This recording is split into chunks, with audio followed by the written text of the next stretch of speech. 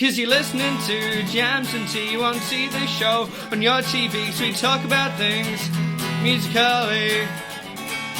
'Cause you're listening to Jams and Tea. You're listening to Jams and Tea. Welcome everyone to the Jams and Tea podcast, where we spin the jams and spill the tea. And today we are here once again. The boys are indeed back in town. And we're going to cover, this is a B-sides episode, we're going to cover a band that doesn't, like, listening to their discography doesn't actively cause us pain. And it's short. Yeah. We only have to talk about 5 projects today, and one of them's an EP.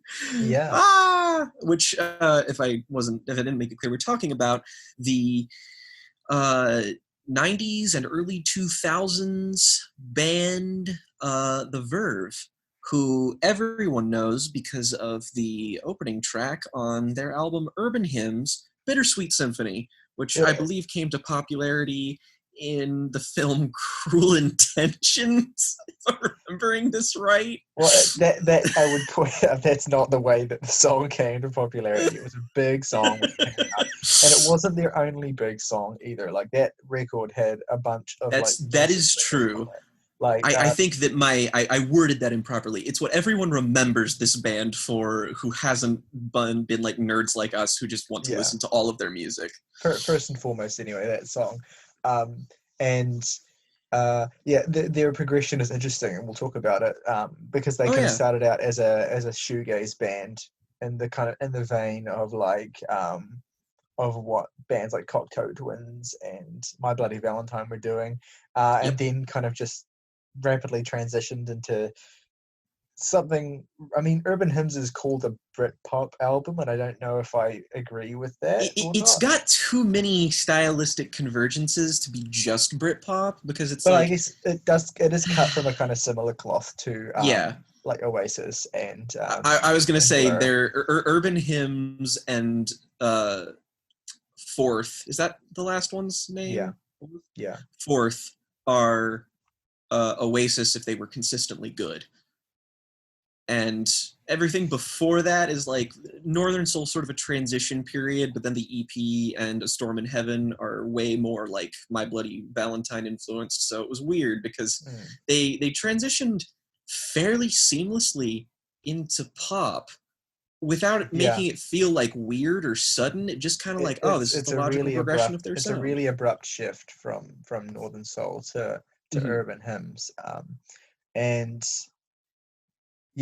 I also think as well that a lot of their early stuff is also not just indebted to the shoegaze bands at the time, but also to the kind of burgeoning space rock and kind of new wave of psychedelic rock with bands like Spacemen 3 and Spiritualized, and I'll kind of touch on that a little bit when we're talking about the records. But they're often remembered for Urban Hymns, but specifically the reason why I want to talk about them is I think that their early stuff, their early contributions to the space, to the shoegaze and psych rock that kind of waves of shoegaze and psych rock music are really, really important and undervalued.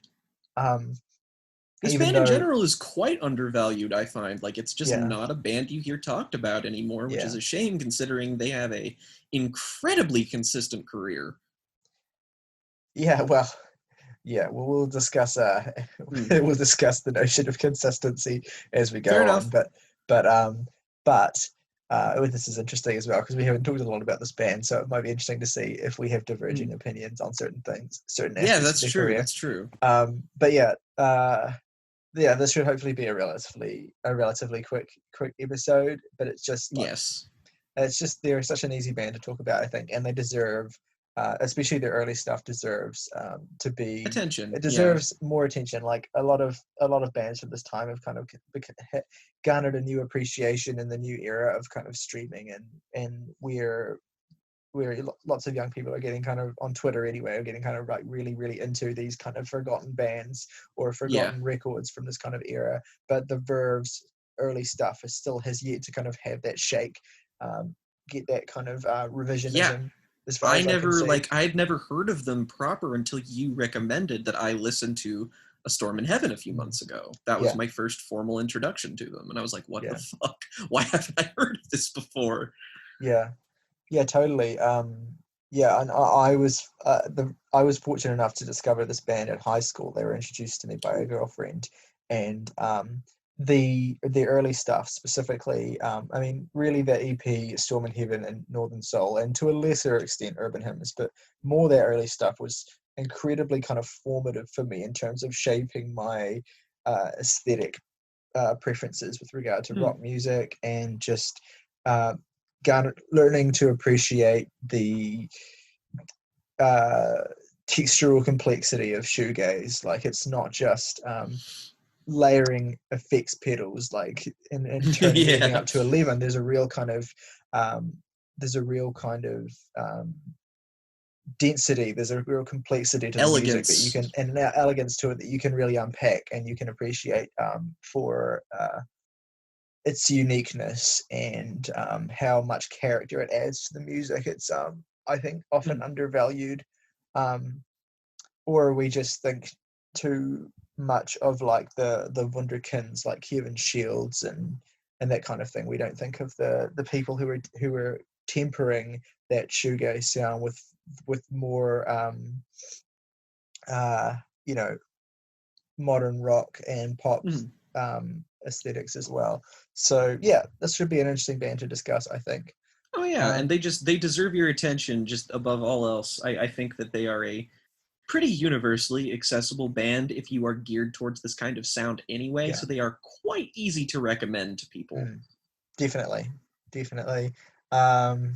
Cool. Well, without further ado then, let's jump into their first major release, which was their self-titled EP, which was released in 1992.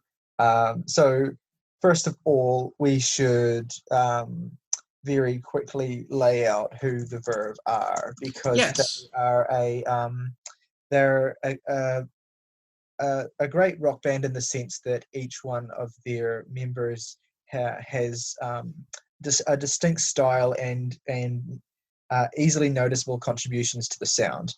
Like, they're not just a band where it's a vocalist and a guitarist and that's really it. Although the vocals and the incredible guitar work of Nick McCabe are very kind of like overwhelming and like highly present in the music. But they also have a great bassist, Simon Jones, whose bass work and bass contributions, especially to their early stuff, but really throughout their whole career, adds a lot of character to their music. And their drummer, Peter Salisbury, as well, is also really, really, really a really valuable member of their rhythm section, and adds a lot, I think, to the sound of those kind of early releases. So obviously the vocalist is Richard Ashcroft, a kind of seminal figure in the British rock in the 90s, a very recognizable singer vocally, and someone who has this kind of booming, cavernous, but also like skyward stretching voice that's really well suited to the particular kind of expansive style of music that these guys are playing.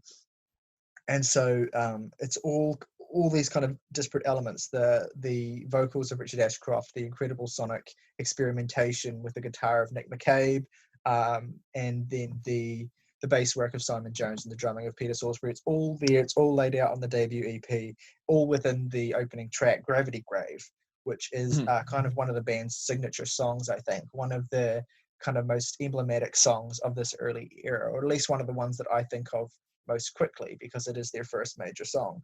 It opens up with this really iconic bass riff that I always get stuck in my head whenever I think about the song. And it's just instantly you're kind of transported into this kind of gorgeous swirling maelstrom of enveloping guitar textures, basically. It's a really great track. On the EP, it's shortened to 4 minutes, but it actually has a proper full 8-minute version, which is even better, I think. Same with She's a Superstar, right? Yeah, exactly. Like, both of those tracks are perfectly great in their truncated forms, but in the extended versions, they're actually even better. Gravity Grave has a kind of floaty harmonica at a certain point in the track, which is a really nice touch. And it has these kind of resonant tones, just resonant guitar tones that are really, really thrilling, I think. It's a great song. I think, like I said, I think it's one of their signature tracks of the early period. And it's kind of emblematic of the sound and style of this early EP and what they would be kind of shooting for, and with the next few couple releases as well.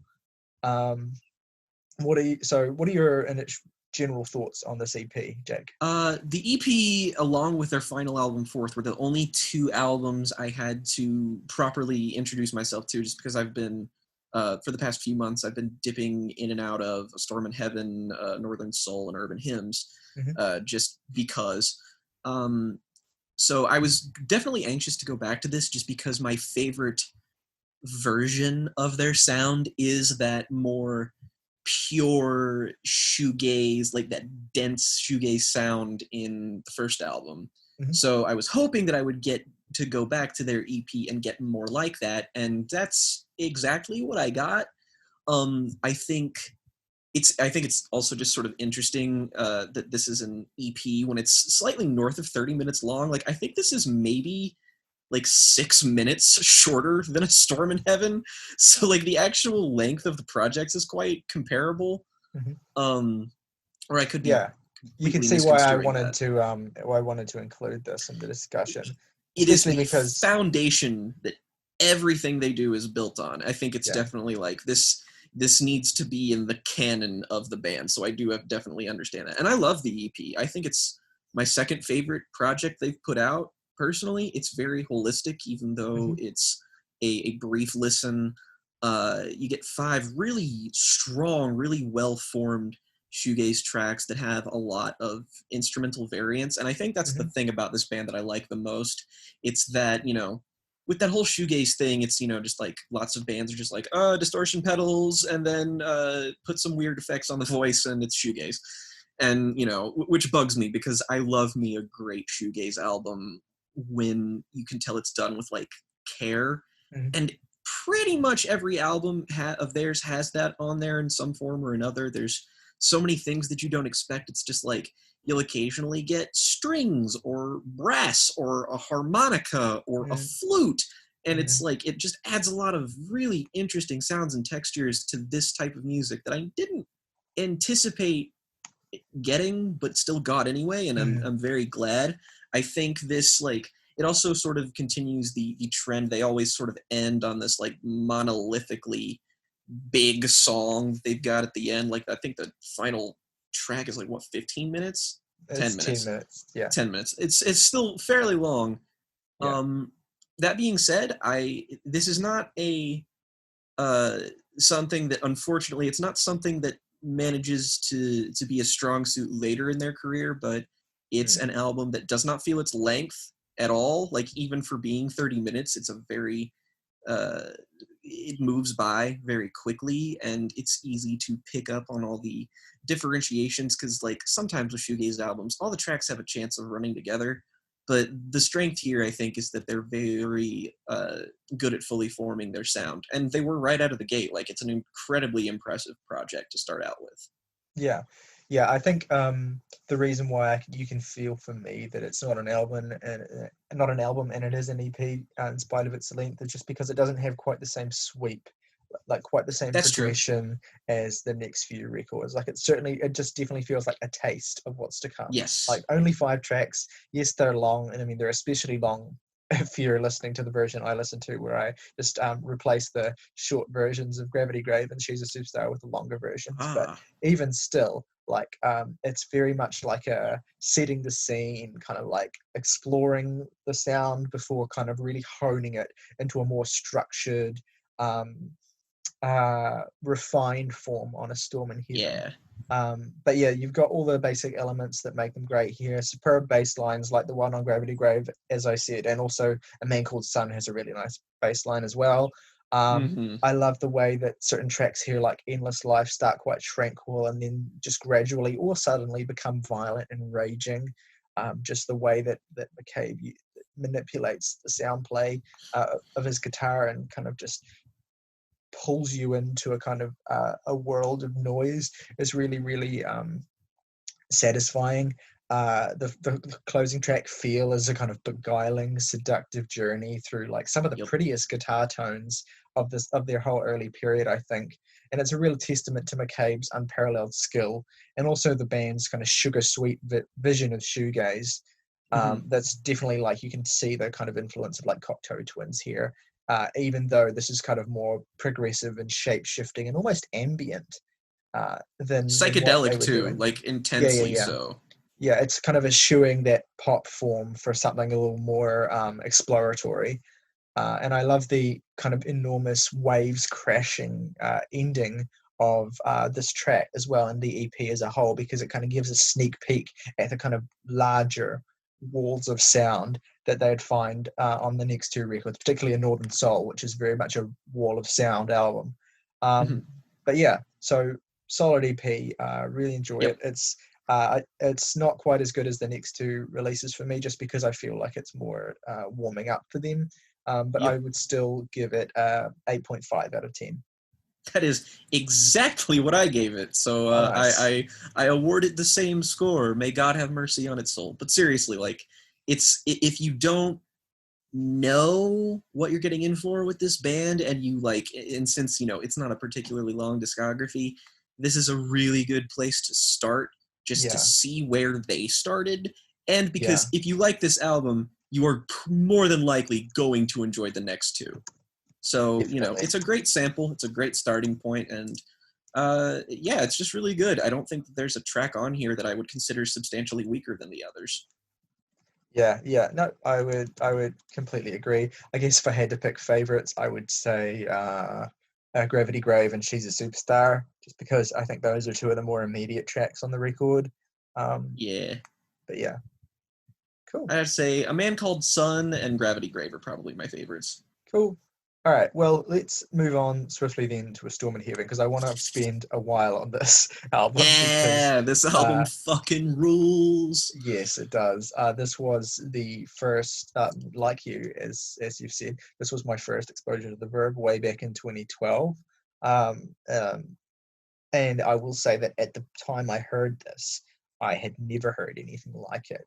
Like, it was really... Oh, really? It was like, I was not, like, I'd never listened to any shoegaze really at all. Like, I'd barely like scratched the surface of like alternative rock music in the latter half of the 20th century. So this was like a complete... So I think the thing with... I've had this weird arc with this record where I was like massively in love with it for the first couple of years, and then I kind of drifted away from it as I kind of was spending more time exploring that kind of music and digging into other bands like Spiritualized and Slowdive and all those other kind of shoegaze bands. And so I thought, maybe I overrated this because it was my first exposure to the genre. So maybe I was like blown away because I hadn't heard anything like it. And then more recently coming back to it, I realized, no, actually, like, now having heard all the bands that are kind of this ilk, I wasn't overrating it. It is actually just that good. So it's weird, like, when you've had an album in your life for as long as I have, and it's had this immediate effect on you. It's weird the relationship you have with a record like that over the years. And I had just preparing for this podcast, I was writing down notes on the tracks, and this is one of those albums where I don't really have to even listen to any of the songs to write notes on them, because I just know them. They're like in my blood at this point. But I did re-listen to it, and I was like, I kind of had it on the background at first, and then I just had to stop writing after a while because I just wanted to stop and just close my eyes. Yeah, I mean, like, this is an album that deserves your full undivided attention because of how dense it is. Yeah, totally. But also, like, what I also appreciate about it is that it's concise in its density as well. Like, the tracks here are not like formless, long. Like, I think there's nothing here longer than 6 minutes, and there's plenty of stuff that's much shorter than that.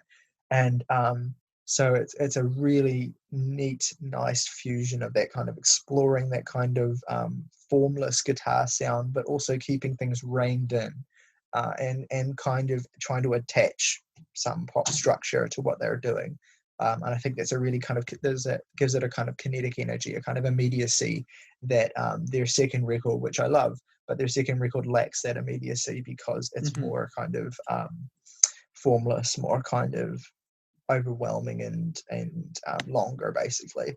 But yeah, this is just one of those records where I basically have something to say about every single song. Why don't you go first then? Because I've already spent a lot of words on this. It's interesting. I listened to this album. I think I gave it a spin.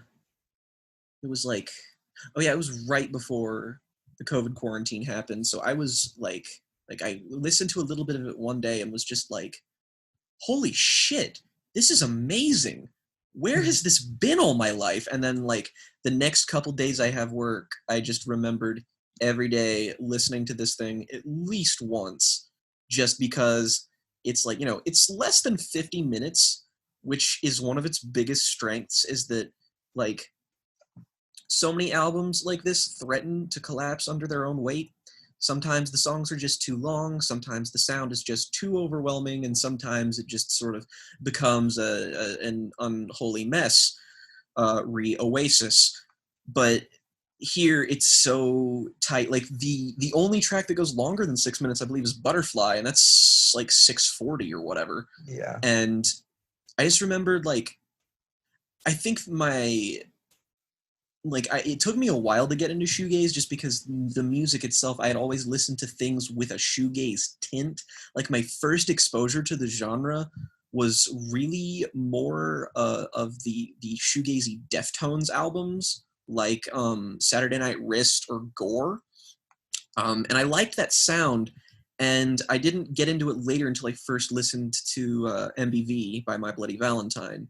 And it's still like a genre I have trouble getting into, just because of that aforementioned bloat and sometimes the occasional like hollowness of the sound. And so when I get to this, it's like the shoegaze album of my dreams. It's dense, it hits hard, but it also just transports you so completely. You just like, you can sit back, you listen to this, and you just feel like it's like washing over you as it progresses. And there's so many like really surprisingly hooky vocal melodies in them that just get stuck in my head, like I think it's the opening track where it's just the hello, it's me, and it just gets fucking stuck in my head for hours, and I love it because it sounds and is produced immaculately, like just from start to finish. I don't have like, I tried to think of one when I listened to it last, but it is such a tight, concentrated experience and is so good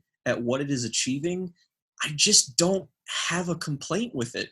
It's just something that is so easy to enjoy, and when you really look deeper into it, you're just like so unfathomably impressed by how like much reward there is to coming back to it, because it yields dividends so well. Just all of these instrumental palettes that are colliding together, and like it's like kaleidoscopic in a way. When you like listening to this album is like inducing synesthesia in someone. I feel like I hear colors and can like touch sounds when I listen to this shit, and I love it. This is probably my favorite straight shoegaze album ever. Yeah, I mean, I've been thinking about this a lot lately, like because this is certainly the most underrated shoegaze album of all time, I think. I mean, it does get a little bit of love in certain circles, but not nearly enough, I think. And it might even be my favorite shoegaze record as well.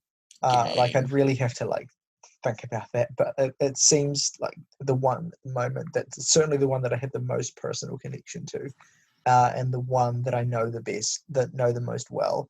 And I mean, it just has the feeling of an iconic record, like immediately out the gate with that opening, like thick, distorted guitar riff that's just layered in distortion, and it just rings out into the atmosphere. And so, like, instantly, the shoegaze that dominated the early period is straight away perfected, and the melodies in this track are really, really gorgeous and swirling, and the backing vocals add so much as well, and it's like just easing you into this kind of new world that they've kind of created. And it's just so beguiling and so like instantly, it just grabs you instantly in a way that few records like this do. And then you go straight into the second track, the singles track, although one of the two like main singles of the record, Slide Away, which just opens, I want to say, with an amazing bass line. Like Mm-hmm. just an amazing, Oh, hell like yeah. one of my favorite bass melodies like ever probably. It's just so like gorgeous and smooth, but also complex, and I just get it stuck in my head all the time. It's melodic, it's charming.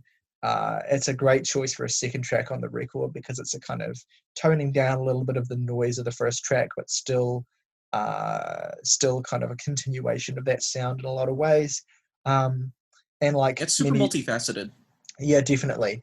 And like many kind of tracks during this early period for the band, it's basically a song about being like in tune with the moment and the Mm-hmm. feeling of being kind of present with those around you and not being reliant on a substance to engender these highs. Like, I mean, if the band has one weakness, it's that Richard Ashcroft's lyrics are typically like not the band's greatest strength. They tend to be a little bit No, which ponderous. is more problematic on later albums than Yeah, this one, just because definitely. this is way more sonic of an experience to the Yeah. point where, like, I won't say the vocals don't or the lyrics don't matter, but they certainly matter a whole lot less. They do what they need to do and nothing more, and The I kind of lyrics are like it because of functional. that.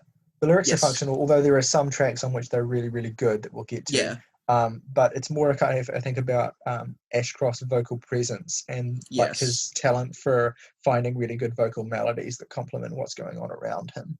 Um, and actually, like speaking of good lyricism, the third track, Already There, which is maybe their best song. Like it's a Ooh, that's a good contender. pick. It's a contender. Like it's certainly the one I love the most way back when I fell in love with this record. Like it's the one I spent the most time with. um like it's basically a best song contender on an album full of best song contenders, really. But I'm really even though I'm kind of drawn to the swirling hurricane of Butterfly, I also love the way that there's a gentle plaintive opening here that gives way to a fireball of emotion that's just really enthralling and just gutting each and every time that I listen to it. um, I have like such clear memories of the overwhelming feeling I experienced the first time that I heard the song. Um, the way that kind of it sort of starts off as a kind of gentle, gentle kind of looking back, wistful, nostalgic vibe, and then it just kind of explodes halfway through. And there's a mid-song climax that gives way to just another building of tension, and then there's just like there's just so much like going on in this track, and lyrically it's really good too. Like Ashcroft talks about like I thought my best years had left me behind, but then I watched them come back, and it's kind of like being overwhelmed by Yeah, feeling.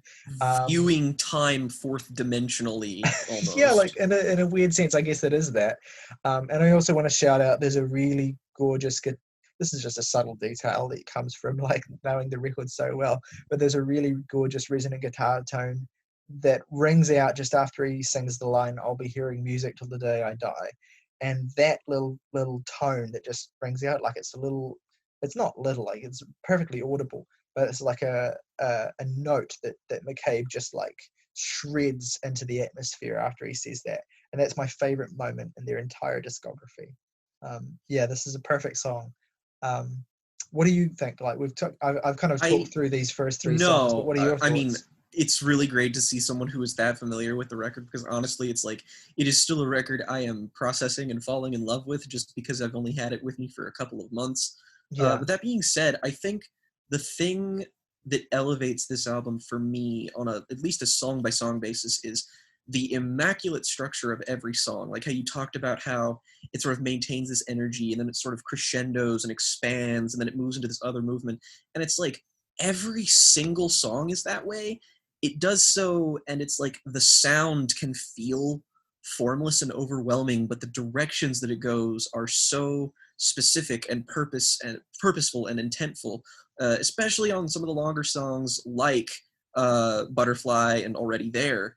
But I want to, it personally at least, I'd like to shout out one of the other longer tracks on the album that is probably my favorite, a favorite or second favorite. It's either this or Blue, but Virtual World, which the Yes. structure of that song is like goddamn. I feel like they could like expand on this one song and make it its own EP. That's like one of the highlights of the record for me, is like when we build to this song and you just you are sent through it with reckless abandon, and it feels so good to listen to. Like we talked about how we talked about the Mars Volta's Nocturnicate, where the actual just act of listening to it feels pleasurable. That's what this song is to me. It is just so swirling and gorgeous, and it's probably my favorite song the band ever put out. I think probably. It's a really great choice. Like, I adore this song too. Like, it's easily one of my favorites on the record as well. It's a track that has such character. Like, there are moments in this track where it does certain things that other tracks on the album don't do. Like, where you get this kind of, there's one point towards the end where this really crisp sounding plucked guitar comes in. Yeah. And it plays this really gorgeous melody. And it's just a particular sonic timbre that is not anywhere else on the record, because most of the record is just, thick, distorted layers of guitars. And obviously, also this track features a really kind of notable and flute that adds a lot to the song. It's very Jethro Tull and very surprising just to hear it on there. It feels like a treat, and it just fits the vibe of the song so well. Like the song itself, that song conjures up it looks exactly like the album cover in my head. Like I just listen to this and I see that. Yeah, exactly. It's like being transported into this kind of cavernous world, and a lot of tracks on the album are like that. Sound just reverberates around it, like enveloping you. It gives me a similar feeling that the Burial compilation album does. Like I listen to like the first 3 tracks of that, and I just feel like I am suspended in like the largest open abyssal space where sounds are echoing around me and swirling into these weird formations that I've never heard before. And I love it. Yeah, actually, one particular, the one record that it wasn't necessarily this track specifically, like for the sound of it, but just for the cavernous exploration of it, reminded me of Spiritualized's first album, Laser Guided Melodies. And that's one of my recommendations for you if you haven't heard it, is that record, because I have heard Spiritualized before, but not the first album. Yeah, it's a very kind of like exploratory space rock album that has a lot of atmosphere, but also like these gorgeous guitar tones and a melodic sensibility that this record has as well. Like it's not just noodling around in the atmosphere. There's like a real melodic heart to that record that this record has as well. And it just, the way that this kind of the kind of digressive passages of tunneling guitar on the song just reminded me of that album a lot. Also relevant, and I've mentioned both of these bands already in my intro, but also relevant and also kind of a very influential record, band and record on this record, I think, is Spacemen 3, which is the pre-Spiritualized band. So basically Spacemen 3 is the Drive-In to Spiritualized Mars Volta. They're their band that came before that have one of the same members basically. But anyway, they have an album called, they didn't release many records, but they have an album called The Perfect Prescription from like the 1987 or something like that. And that is the closest to this sound that I've heard on from any other band, is that record as well. So Laser Guided Melodies and The Perfect Prescription are both records that this album I think is heavily indebted to. Adding those to the library? Yeah, just because they keep coming back to me while listening to this. But yeah, Virtual World is just an amazing song. Talking about kind of that atmospheric side of their sound, I want to highlight the track Beautiful Mind. Yeah. I think this is the most outwardly and plainly gorgeous and beautiful song in their entire discography. It's another album highlight for me, like top 3, genuinely. This song, it's grown on me so much. McCabe creates this really cavernous sense of space here. Like there's a real colossal, resonant emptiness that his guitar just rings out into in this song. Like gentle sparks in a cave at the bottom of the ocean. Like it just has this real sense of depth to it. And Ashcroft just rides the sound here so well. His vocals are cooing and they're really gentle and soft and sweet sounding and It's blissful. really, his voice is very purely an instrument on this album, which is what I like about so much. You rarely hear voices in any kind of rock music used precisely the way that they use his. Yeah. And and I completely agree. Like, he's such an asset to the sound of this record. Like, he completes it in a way that it would be feeling lacking where the vocalist less charismatic, where the vocalist someone who is more kind of like sleepy sounding, like a lot of the other shoegaze vocalists. But the I promise I won't be overloading with album comparisons, but there's one more album comparison I want to make with this song specifically, and that's Yo La Tengo's Painful. It has a very kind of, that record has a very similar kind of guitar-driven wall of sound approach, but it's not in service of noise as much as it's in service of just prettiness and depth and like that kind of beguiling atmosphere. I just really enjoy the ringing melodic guitar tones in this song are just like honey to me. And I also really, really like, this is a small detail, but I really love the gentle ending to this song that has this kind of soft melody, just kind of like gently just ringing out into the silence for the last like 10 seconds of the song. Like it's like the song is just kind of melting away into like, or evaporating in front of you. And like, the album is filled with so many great moments like that, of just little personality and little touches that really just relay to you how much thought the band put into each one of these. Oh, totally. And then just the way that melty ending, then explodes into The Sun, the Sea, which is probably the most raucous and explosive banger on the album. Fucking rager of a song. Yeah, like the exploratory, experimental sound play of McCabe's guitar work is at its most kind of show-offy here. Not like in a sense that it's kind of pretentious or ponderous, but it's really tight. His guitar just blares. It has this blaring sound on this track, and it's counterpointed really nicely with the use of saxophone on the song. And the final stretches, because they both have the guitar in this track and the saxophone both have a kind of similar blaring timbre that like complements each other so well, and they just build together into this layered chaos. And it is particularly, it's more effective here than it is on A Northern Soul because it's more sparing here. Like it has more punch because it's surrounded by so much that's more comparatively light and brooding and gentle.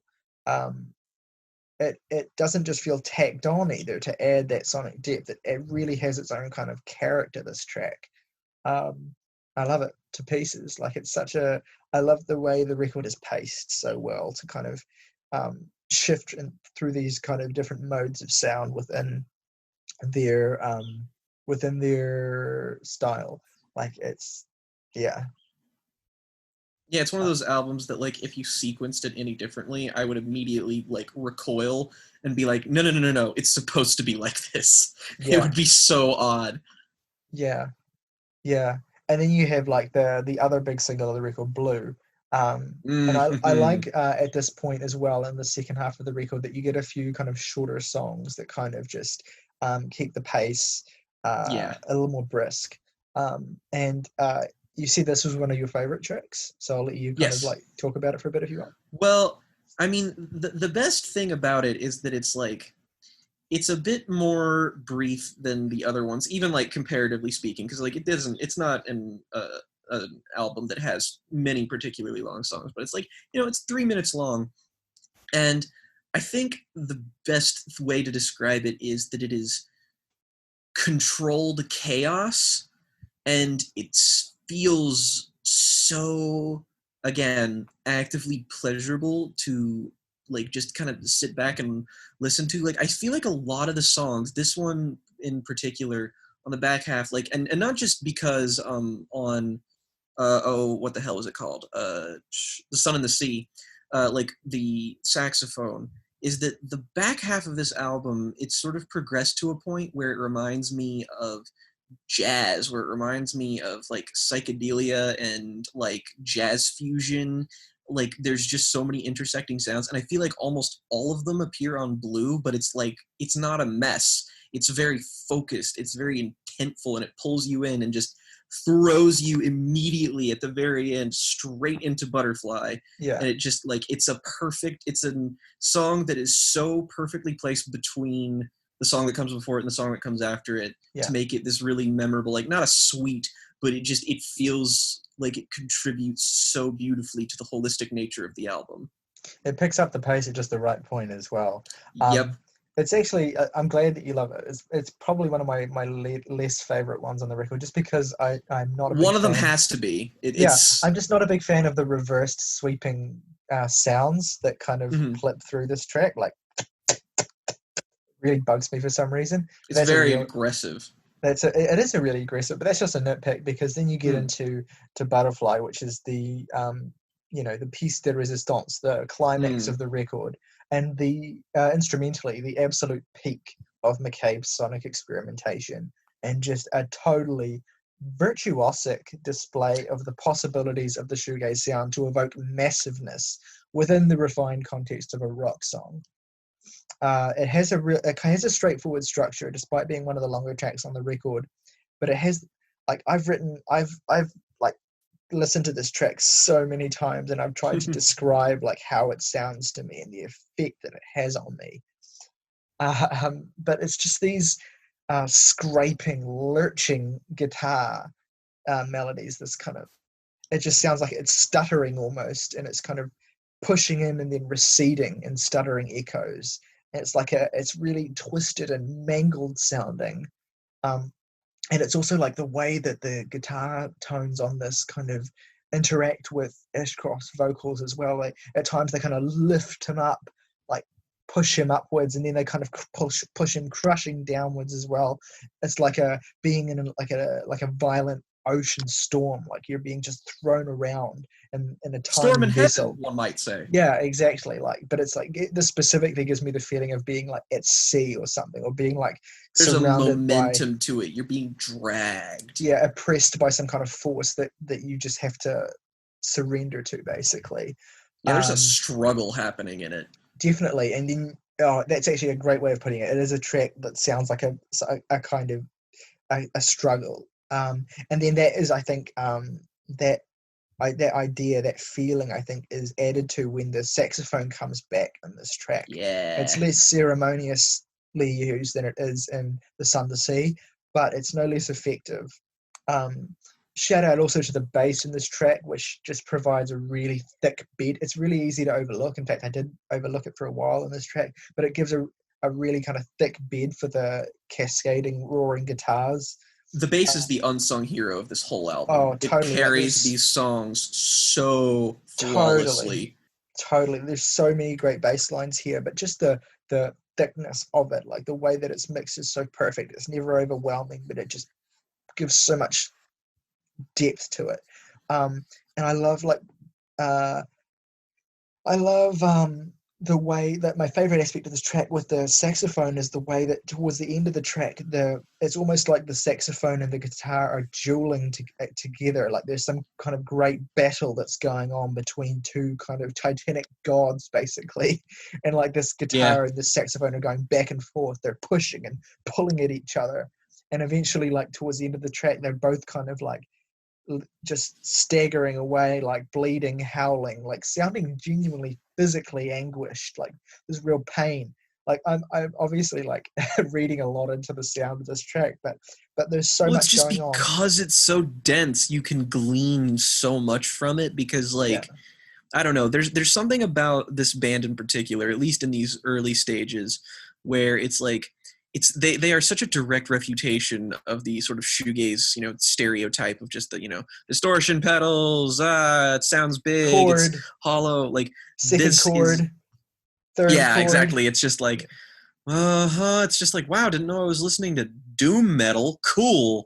Yeah. But like, this is like a direct refutation of that, just like putting all of these things in here and all of these ideas that make these songs as fully formed and as interesting and as like robust as like a pop song. Not that it has like a pop appeal, but it has like a very identifiable structure to it that you are immediately able to latch on. It's a great entry point for the genre just in general, I think, too. Like, this is an essential listen, sure, but I think that this should be the standard to which you should compare all other shoegaze albums.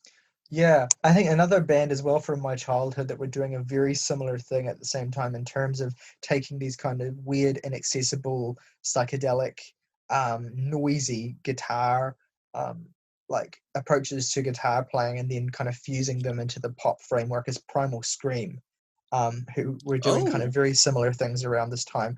Actually, they were kind of a bit later, I think, in terms of like, I'm thinking of records like Exterminator, which are just really fucking loud and abrasive and oppressive.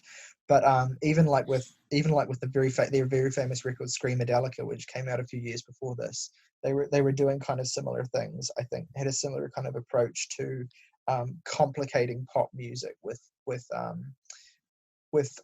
darker kind of darker guitar aesthetics. Anyway. One of these Primal Scream albums is just The Cure's album cover for Wish. What? Which one? Hang on, what? It's like, what the fuck? Oh, right. Okay. I'll have to check these guys out. I'm interested in them. Yeah, I am sorry. I completely forgot what the Wish cover looks like for like I just drew a blank. But anyway, yeah. Screamadelica and Exterminator are their essential albums, and they sound entirely unlike each other. But yeah. Anyway, just another weird thing that only just occurred to me. And then also quick shout out to the closing track as well. See You in the Next One, which is totally unlike anything else on the record. Just a really kind of sweet, plaintive, and kind of heartbreaking end to the album actually as well. It's a really sad song. It's very contemplative, self-reflective. Yeah, but it's almost like funereal as well. Like it's a dirge. Bittersweet. It's a bittersweet kind of mournful song. Like it's like a song that you're singing to someone who's like passed away, basically. But it also has this kind of optimistic sound to it as well, like a wistfulness that is complicates it a little bit. It's not like just one kind of continuing emotion. That struggle theme that the record has going for it. Yeah, exactly. But it's a really affecting closer, and I think it's a little bit easy to overlook. So I wanted to shout it out. But yeah, I mean, is there anything else that you want to say about this album? Like anything else you want to shout out? Honestly, like just it is so accessible and easy to enjoy, and yet so rewarding to look at with a more critical eye. It's just like, it's a quintessential just album for me now in like my personal canon, just because it's like whenever I think of like albums that perfectly represent their genres, this is the first thing I think of now. I'd put it out in front of a lot of stuff, and it's an amazing album to just throw on like on a lazy Saturday when you're lying alone in your room and you just want something to do. Put on that album and just perfect. Yeah, no, I completely agree. Like, I mean, if I really thought about it, there are probably like at least half a dozen moments on this record that are just genuinely like some of my favorite moments in any music I've ever heard. Like, there's just so much going on here. It's such a, and I'm curious to see how the record ages for you as well once you've got a little bit more distance from having initially heard it, because this is like this is like a fine wine for me, this album. Like it just ages even after so well. Enjoying all of their other records, I enjoy this one even more now, just because like, like, not to say that they peaked early or anything, but it's like every other diversion from this sound has a very, very specific identifiable weakness that this album just does not have. So when I come back to it, it's very interesting to see how, like, I'll just listen to it and just be like, none of the problems that their other albums have are present here in the slightest, which makes it that much more impressive. Yeah, I think their issue was that as their career went on, their foil was just letting the songs go on for longer and longer and just kind of being a bit more ponderous. Yeah. And that quality is just, it just isn't here. The Like word everything of the is so day tight. for every album past this is bloat. Yeah, well, to a certain extent. Like I said, I really, really love the next record, but we'll get to that. Anyway, so okay, let's do top 3 tracks and rating then. You can go first. Unsurprising 10 out of 10 for me. This is one of the more recent entries in the like Jake Anderson favorite albums of all time. Like I've gone and listened to so many albums this year from acts and like just things I haven't listened to yet to cover my blind spots, and this is one of my absolute favorite things I've listened to. And again, like there are 10 tracks on here, and I feel like this is some Sophie's Choice shit where I'm like, there'll be at least 4 other songs where I'm like, that deserves to be here too. But if I had to say, I'd say Blue, Virtual World, and Already There. I wanted to say Slide Away or Star Sail just because this album has such an immaculate opening stretch of tracks, but I'll be a bit more spotty as to which ones I pick. That's totally fair. So for me, the top 3 is, well, it's difficult, but it's also easy because like I've listened to this so many times. With a very close fourth, I just want to shout out my 4th favorite track because it's Virtual World and it's so close to being 3rd. Isn't that some shit? But my top 3 are, at 3rd is Beautiful Mind, 2nd is, first tie is Already There and Butterfly because I can't pick between the 2 of them. But Beautiful Mind is 3 because that song is fucking underrated, man. That's amazing. And yeah, it's obviously a 10 from me as well. Like totally easy fucking 10. Also, I didn't shout out the song Make It Till Monday. Make It Till Monday fucking rips. Great ass song. Yeah. Do not sleep on that either.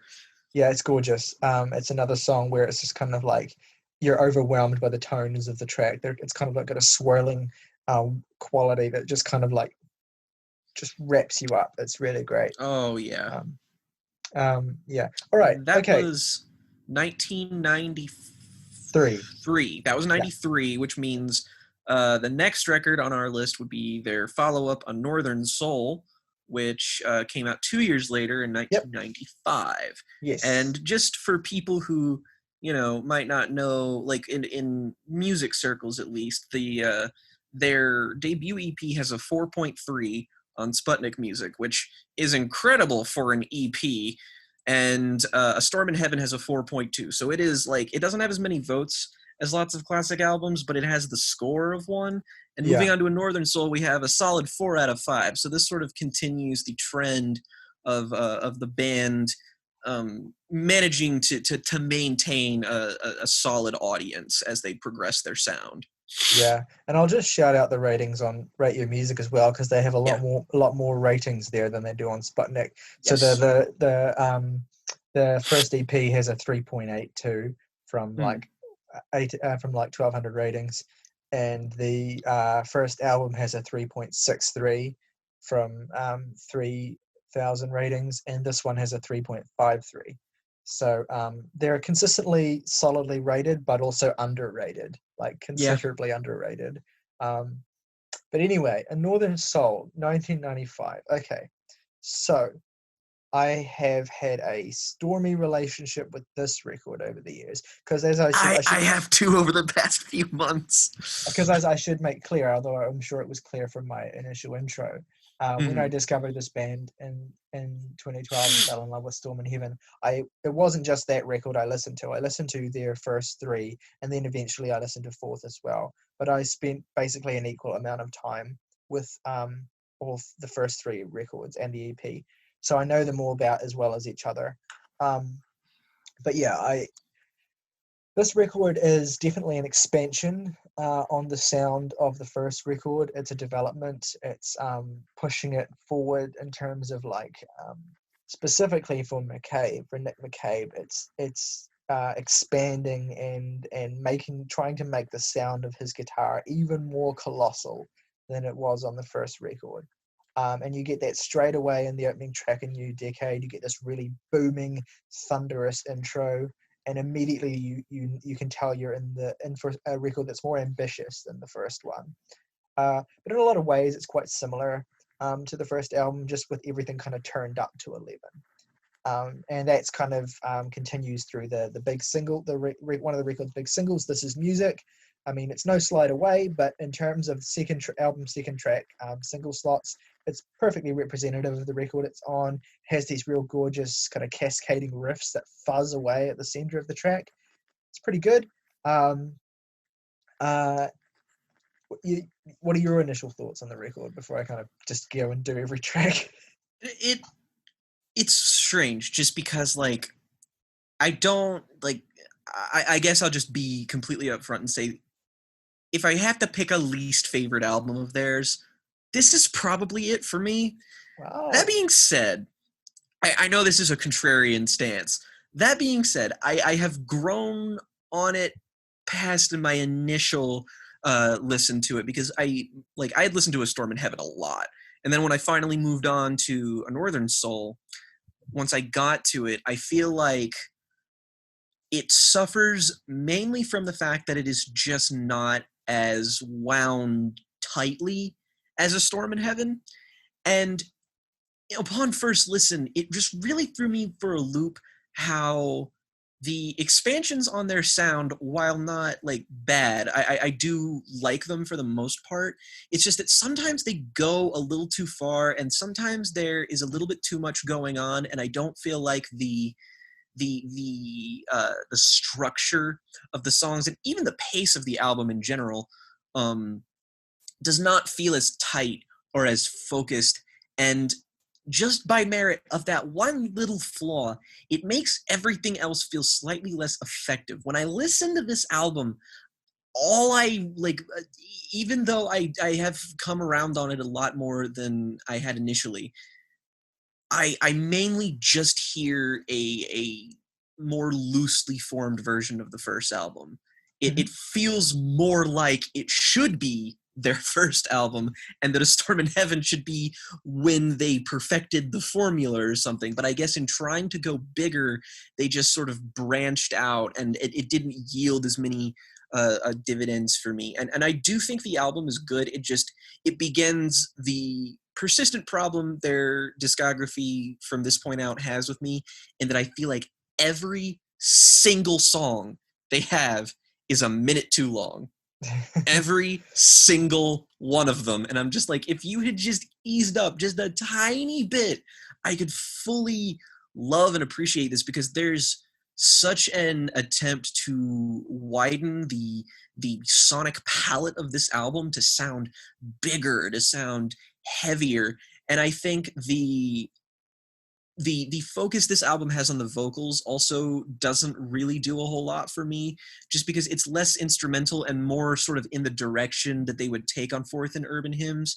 And it makes me pay attention to the lyricism, which isn't the band's strongest suit, a little bit more, which hurts the album more than it like gets it. And I sound like I am like showering negative opinions onto this album. I like this album a pretty good deal, in fact.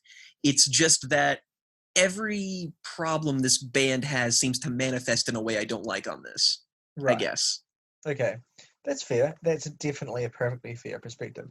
I think that while, as I said, Storm in Heaven is their most underrated record generally, I think this is particularly underrated among fans of the band, for reasons that you've basically laid out perfectly.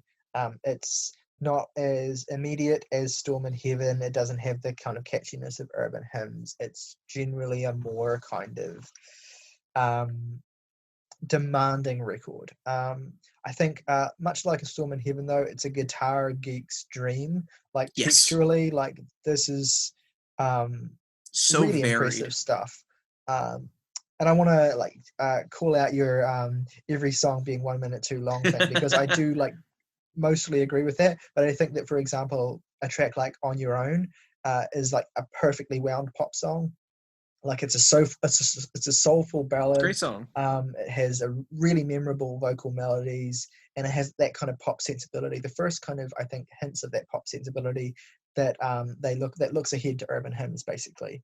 I love this Yes. track. I love the crooning vocal outro on this track. I just love everything about it. It's a very charismatic track, and it comes as a nice counterpoint on the record to the booming like guitar attitude that the record had basically been displaying thus far. And like, I think if you were to boil down the issues that the Verve have in terms of keeping their music concise and consistent, it's all basically there in the attitude of the song title, "This Is Music." Like, you're Yep. clearly like trying to you're trying to you know, do that 100% uncut rock, no Swedish producers thing. You know, No it's like, Swedish songwriters, 100% pure uncut rock. like, yeah, that is definitely like the MO of this record in a lot of ways. And for that, I respect it on many levels because, like, I mean, at least at the time, that was not a prevailing, like, rock music in this specific instance was evolving and branching and delving into so many subgenres because it's right before rock music as we know it died. And yeah. I appreciate their dedication to their sound and their insistence on going down this direction and exploring it in this avenue, because even if it's not catered to my sensibilities, it is still a road that is worth taking in the long run. Yeah, and I think speaking of like the place of rock in the mid-90s as well, I think more so than on A Storm in Heaven, you get a little bit of the kind of late / post grunge influence here as well, just on Yeah. some of the tones on tracks like No Knock on My Door, specifically, which has this kind of really heavy distortion in it. It's actually one of my least favorites on the record, but it just has that kind of sound, like that kind of influence, that kind of darker timbres than Storm in Heaven had. But one track I want to highlight, my favorite track on the record, is the title track. I Very really good. love the title track on this record. I love the screeching, distorted guitar riff that, I mean, I can't even vocally imitate Like, it sounds huge. Like, it sounds like it just has this kind of like, it has the same kind of like stuttering quality that like Butterfly's riff has, except this is more screechier, more distorted, more like dominating the mix of the track. And this is just a sonic mayhem song. Like, it has brilliant guitar work, brilliant drum work from Peter Salisbury as well.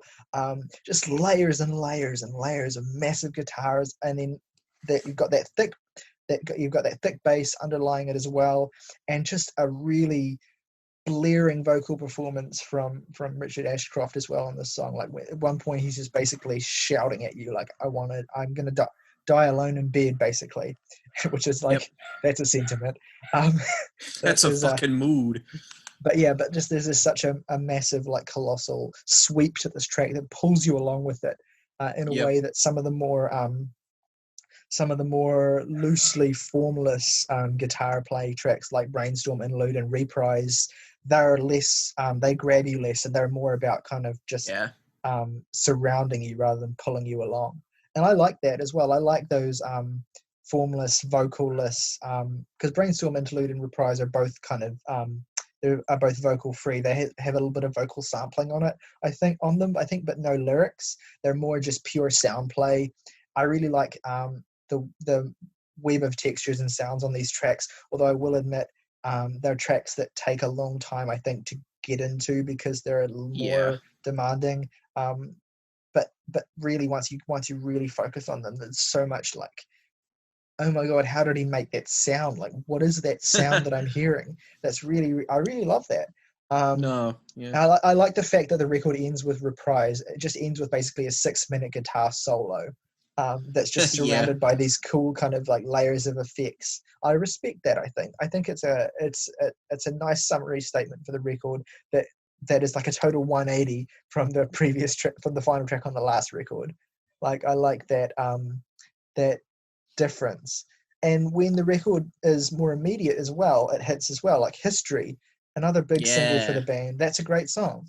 The strings on this track are really kind of like superb and just like larger than life, basically. And Ashcroft sounds really, really fantastic here. He has this quality in his singing where his lines kind of run together, and he's almost got like a rhyme scheme but he also sounds really, really clear as well. Like, I love this song, and I didn't used to love this song either. It's kind of grown on me. I've always kind of been iffy on their singles, but they've kind of grown on me with time. So it's kind of gone to the point where, when I got into the band, I was just so enamored with the guitar sound play, and I was like, yeah, the singles are fine too. And now I'm kind of like shifting to a mode where I'm more appreciative of the singles. I think, specifically that song on this record.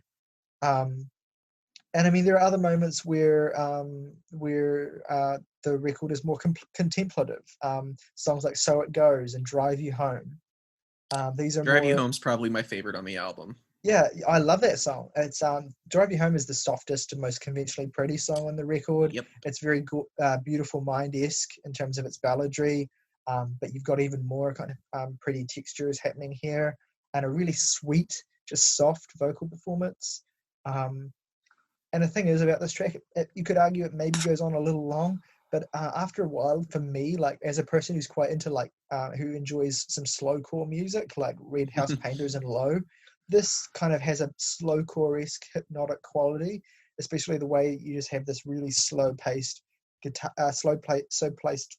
slow-paced drumming as well. That's very slowcore-esque, just very one beat per like every 5 seconds or something. It's very hypnotic, I think, on that song, and on "So It Goes" as well. But yeah, and the only other track I want to shout out is "Stormy Clouds," which I think is one of the most underrated Verve songs in general. I will agree with that, actually. Yeah.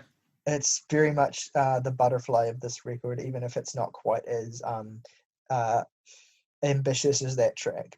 It has a really thunderous guitar tone, this song. Like, it sounds like you're being surrounded by stormy clouds. Like, it sounds like you're up in the sky and lost in it. And the vocal performance is really, really impressive on this as well. The way his voice kind of soars through the mix and just elevates the song along with the instrumental is really, really cool, I think. I love that song. Yeah, I mean, that's basically all the points I have to hit, I think. Do you have anything else you want to say about this record? Any songs? I'd say that it's interesting that we do this immediately after the Mars Volta one, just because I feel like if you include the EP, you have a very similar first 3 albums where you have the first one being the core of their sound, the second one being an expansion of that sound, but a more sort of holistic package that goes in some more experimental directions that mostly just all pay off. And then you have the third one, which is a continuation of the second one, save for the fact that it turns everything up to 11 and goes to, being more, which, despite what my feelings are on it, I think that A Northern Soul should not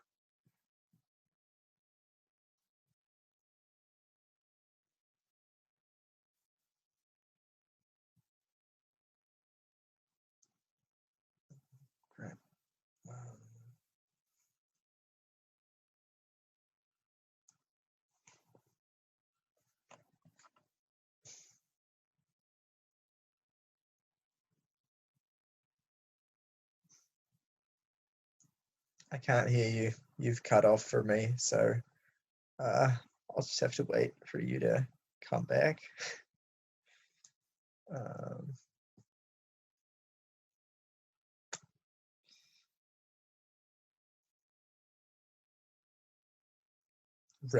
Rip Jake. Jake has left the chat.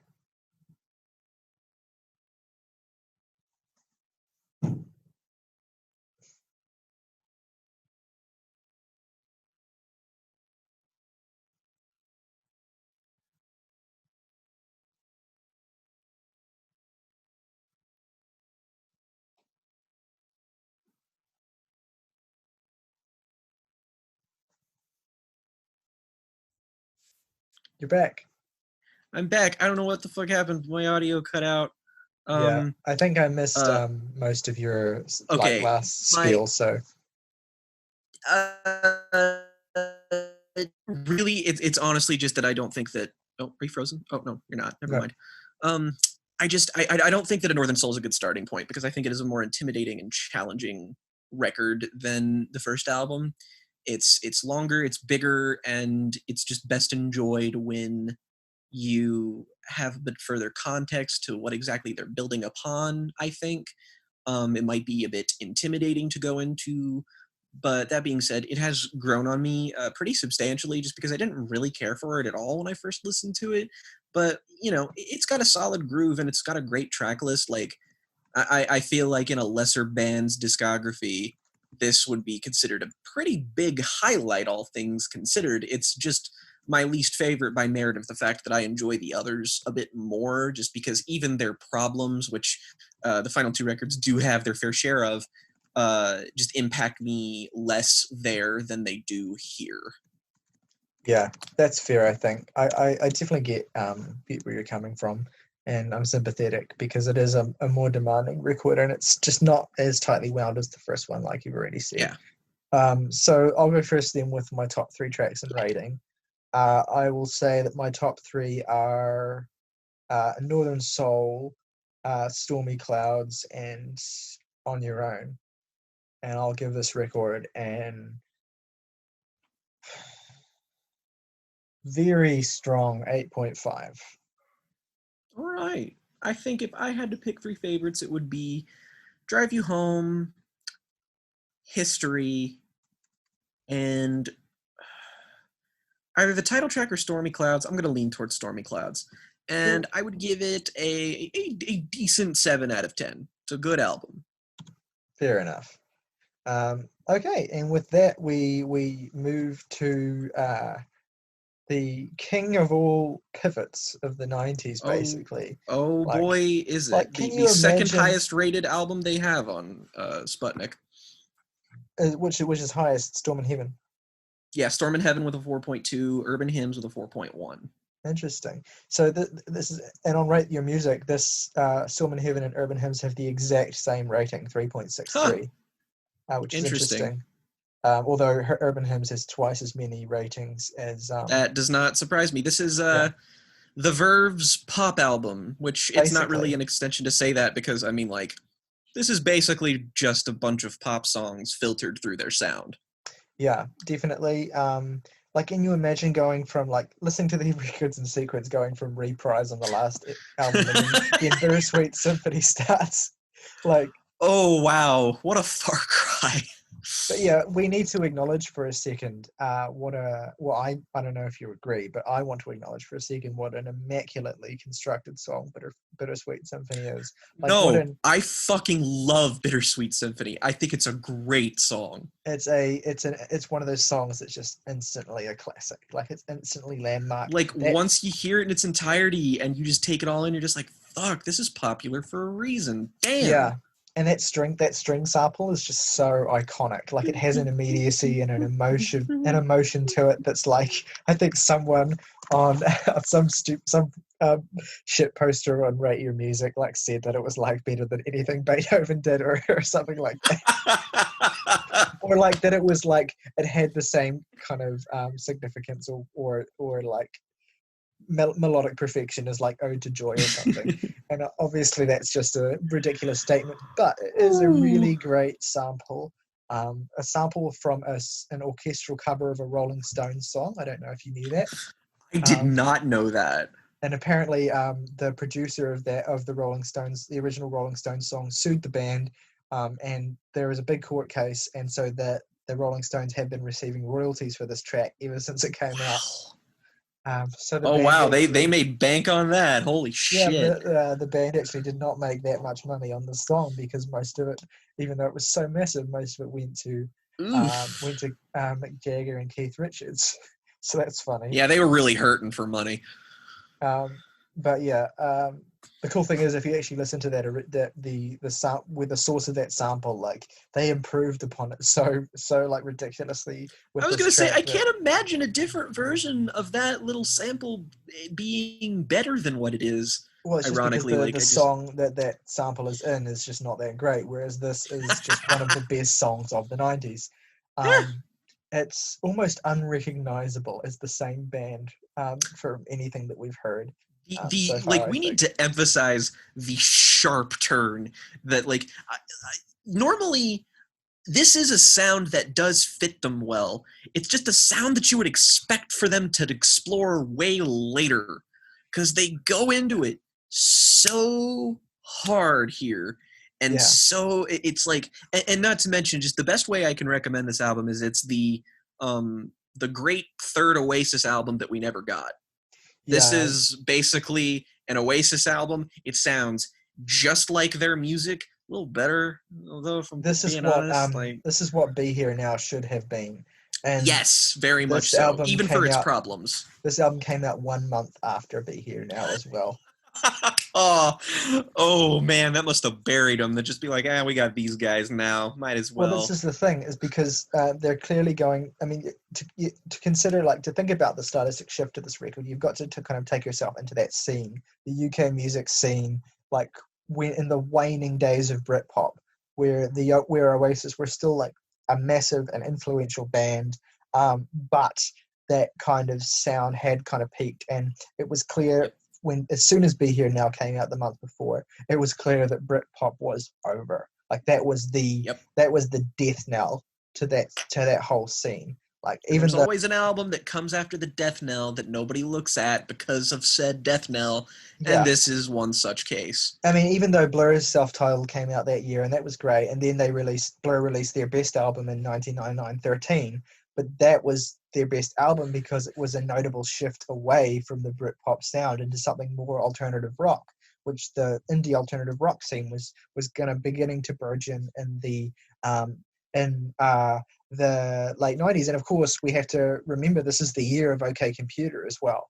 So and this is another record that came after in the wake of OK Computer, like not later enough for it to have been influenced by it, but certainly around the same time, so that you can kind of see what the sound kind of represented in terms of rock music in the UK at this specific time, like larger than life production that's incredibly busy and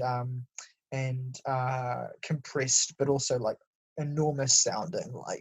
Like this is the thing. Like even though Bittersweet Symphony is not really that recognizable as the same band from the previous two records, it does have the same kind of epic sweep as their music has had so far, and a gigantic which is a feel. Consistent quality of this album, I think. It is giving these pop songs a sense of scale, which does lend this album a real identity and cohesion that I feel like a lot of other albums at the time that you can compare to it probably don't have. Definitely. Yeah. So, and I mean, another thing to consider as well is that pretty much every other track on the record sounds nothing like Bittersweet Symphony. So, it sort of lures you into a false sense of security with Bittersweet Symphony and Sonnet, which like they're not two similar songs, but they're songs that are just like so divorced from where the band was previously that you're just kind of like, what now? And then by the time the Rolling People comes on, you're just kind of like, okay, this sounds a bit more like the Verve that I know, just with a bit like more emphasis on the more traditional structure of their songs, because like this is a complete departure from the A Storm in Heaven and Northern Soul approach, where their song structures are definitive but completely unconventional. These are all conventional, all pop songs, verse, chorus, verse, that kind of stuff, which does work well when filtered through the band's sound, but also tends to be the album, at least in my opinion's biggest problem.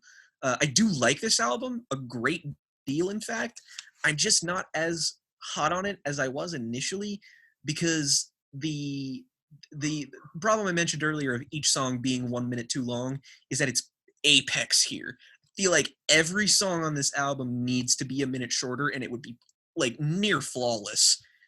But fair enough. Especially in the back half, some of these songs really do start to feel their length. Like everything, like once you get to Neon Wilderness, like past that, the songs just, they really grind to a halt once they get to the midway point. And they're good. They're produced very, very well. They have lots of great songwriting. They have lots of great instrumentation. Overall, just a generally more accessible sound.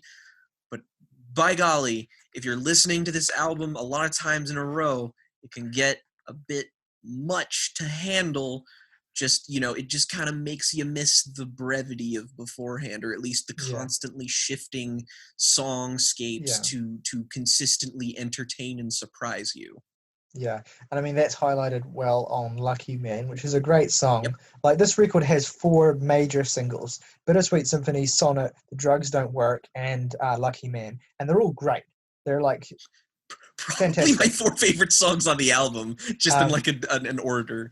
But Lucky Man has this kind of false ending, and then that makes you think it's about to finish, and then it goes for another minute. And that's kind of fine in this instance because the song is really good and it's really catchy and it sounds great and it has amazing string sections on it. Yeah, like I don't think there's a bad song on this album. Like it's all pretty well done. Yeah, I don't think there are bad tracks on this album, but I do think there are tracks that are basically filler that I don't really care for. And there's a bunch I want to talk about that I love, but I might as well, since we're talking about it, I'll just talk about the tracks I don't care for first. So the one day this time Velvet Morning trio are just 3 songs that kind of wash over me, I think. One Day is a vaguely gospel inflected ballad that has some really flowery lyricism. And it's just basically really bland. This time is another kind of. By that time, your patience is already being tested. So this 3-song gauntlet does not help the flow of the album at all. Yeah, and like again, these aren't bad songs. Like this time has a nice kind of trip hop-esque beat, I think, which is a bit Massive Attack-y, like early Massive Attack, and it's solid. Velvet Morning is solid as well. It's fairly standard and polished, but it's densely detailed, I think.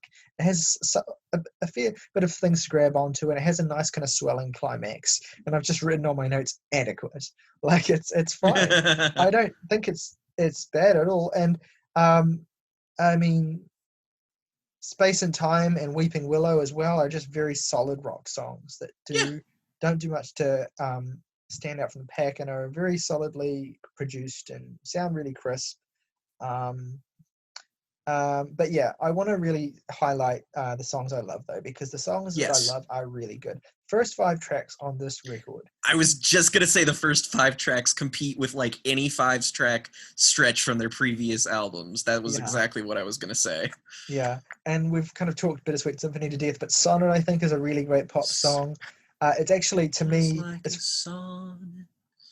for me, like it's actually like it reminds me of On Your Own from the last record. It's like a continuation of that kind of sound, I think, except this is much more polished and kind of bigger sounding, more radio friendly, basically, benefiting from the sheen that the big label producer Youth applied to this record. It's just some guy named Youth, apparently. I'm not familiar with his work. One name, who? Yeah. He's not Swedish, I don't think, so we're safe. Oh, thank God.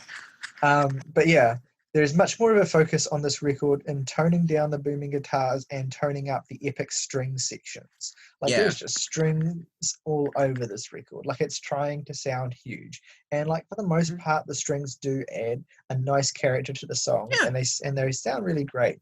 I have a real soft spot for the Rolling People, which has grown on me a lot, not just because it's closer to that earlier sound, although that is a big part of it, but it sounds really great. And I think the reason why you can tell that the reason why this record sounds so fractious in terms of like the sonic approaches is that Nick McCabe, the guitarist, was not actually working on the record the entire time. Like there was a certain part of the recording process, I think, where he wasn't in the band and he was replaced. And then he kind of came back and to help them finish it. So on songs where the guitar is less prominent, you can kind of tell that his love of effects and his love of dense atmospheres is missing. So, but then in tracks like the Rolling People, they're back, and you can hear that. But this is kind of the first song on the record that has a more recognizable wall of sound, heavily affected guitar approach that calls back to the last record specifically. It's a sweeping 7-minute track with a gorgeous progression. Maybe a little bit too long, but I don't really mind. I like the sweep of it. And Catching the Butterfly is very similar in terms of being a sort of transcendent, grabbing you and pulling you along into a more kind of psychedelic world. It's got a more exploratory feel. I love this song so much, actually. Catching the Butterfly is definitely top 3 for me. I love the bustling percussive rhythms and the twirling, twisting, fuzzing guitar lines, and it's just a really kind of like immersive track. I think I really love it. And then there's The Drugs Don't Work, of course, which is one of their biggest singles, one of the most My well-known favorite song tracks. on this album. Very, very mournful, very like it follows in the vein of like The Closer on A Storm in Heaven. I find it just sort of this confronting the sense of ennui, and like and Bittersweet Symphony touches on it too. There's like a lot of allusions here to being like a, just a working class normal member of society who is just sort of like getting bogged down in the wasteland of modernity, and it's really evident on The Drugs Don't Work. And I feel like it's a slower song, but it's still got like a very hooky quality to its chorus. Oh, totally. And I really like how it builds gradually, and it's one of the stronger tracks lyrically, I find. Yeah, I agree. I think that the vocal performance and the lyricism here is more unguarded and straightforwardly beautiful than Ashcroft typically is for me. Yeah. And the strings are such an asset to this song as well. They sound really, really good. The melodies are really strong. I mean, this is undoubtedly you can read into it in terms of the subtext of modernity as well. I think that is relevant. But I mean, at the heart of it, this is just basically a song about like overcoming addiction. Yep. And it's being numb to the point where they don't even like affect you anymore, to the like, yeah. And it's just a really like, I don't even want to say it's like powerful, but it's just, it gets you to this point where you're just like, you feel this tangible sadness of just like exploring how like that I actually think the song is more relevant now, just because we live in a time where everybody's so over medicated by everything, and it's so easy to get inundated by all these pills and medications, and then you just sort of like you can get to a point where none of it has an effect on you anymore, and it just causes your depression to more further spiral, and it just like, that is this song. Yeah, like it's clearly a song that has helped a lot of people. Like it's if you go onto the YouTube comments for this song, for example, like you'll see a lot of people saying things about like how the song like they relate to the song, or this song is about, feels like it's about their life, or like the song is like a song that saved them or something like that. And it does That's that. sweet. It's great that it does that without ever feeling kind of preachy or overly sentimental. It could so easily come off as like talking down to someone, but it comes from a place of personal experience in the lyrics, I think. Yeah, and the thing is, it's consistent as well, because Ashcroft has talked about it in previous tracks on their previous albums, about kind of getting to a place of transcendence without using substances. Yeah. Like the natural high he talks about on Slide Away, or like there are other songs as well where he kind of touches on that notion of like not needing a substance, but it's very kind of like I'm sure David Lynch would enjoy this. Enjoy this music with how much of a big fan he is. Just a great record to when you take your gal out on the town. Play this record, put it on the radio. It'll be a great time. Yeah, a great record to practice transcendental meditation to. Yeah, and one other track I want to highlight that I really like is the closing track, Come On. It's a really kind of booming, thrilling closer that kicks off with another really excellent bass line, and it has McCabe's layering these epic swaths of guitar, basically to the point of frenzy. It's like nothing else on the record, I don't think, even if it maybe would have benefited less. It's the one track where the polished sheen of the production on this record is maybe a detriment, because this could do with being a little more distorted and ugly sounding like tracks on the last record. But I mean, still appreciate the clarity of the track compared to similar climactic tracks on Be Here Now, which are basically like the guitar sound is basically just ugly and scrapey on that record, and just really muddy, whereas here it's very clear. The production on this album is consistently maybe the best thing about it, just because it sounds so crisp and clean and like purposeful. You can pick out like every bit of instrumentation so easily, which is a very different style from what they were going for. So hats off to them for being able to pull that off. Yeah, definitely. It's clear and easy to see why this was one of the most popular and beloved records of 1997, a year that was stacked with records that basically redefined rock and popular music, and basically kicked off a wave that went for like over a decade of bands that were Because we were influenced. born that year. Well, yeah, like it's crazy to have been born in such a Zoomer significant. rights. It is. It's crazy to have been born in such a significant year for alternative music, like where stuff like this was like bands like the Verve were starting to, and Radiohead, and like other bands as well were starting to kind of infiltrate the mainstream and the radio in a way that you know was you just don't see anymore. Like you don't see this kind of sound anymore. It's just no longer as big as it once was. And it's interesting to really track the progression of alternative rock music from the Nirvana beginning of the 90s to the Radiohead end of the 90s. Like it's such an interesting progression. Like it's so fascinating to me. But anyway, Urban Hymns, overall a pretty good record that just is a bit bloated. I like it. I've kind of gone a bit soft on it with time, but I still appreciate it. I'm going to give my three favorite tracks are Bittersweet Symphony, Catching the Butterfly, and The Rolling People. And I will give this record a 7.5 out of 10. My favorite, not to be a basic bitch, but my favorite three are probably Bittersweet Symphony, The Drugs Don't Work, and The Rolling People. Just because the front half of this album is real fucking good. And I'd give it a light 8 out of 10. It's a good album, not a terrible starting point with this band. Just don't expect all of their stuff to sound like this, because it doesn't. Yeah. Except for Fourth. Okay, so transition into fourth. Let's acknowledge 11 years later. The band broke up, and Richard Ashcroft released a succession of terrible solo records. I didn't know that. Very bad. Like he released 3 of them between Urban Hymns and Fourth. Let me take. He's in the related. Let's see. These are. Oh, that's harsh. Yeah, and the thing about Fourth is that basically it's a Richard Ashcroft solo record where the Verve are the backing band. Basically, like it's a Verve record, but Richard Ashcroft has more of a presence here than he does. Like a Panic at the Disco thing going on.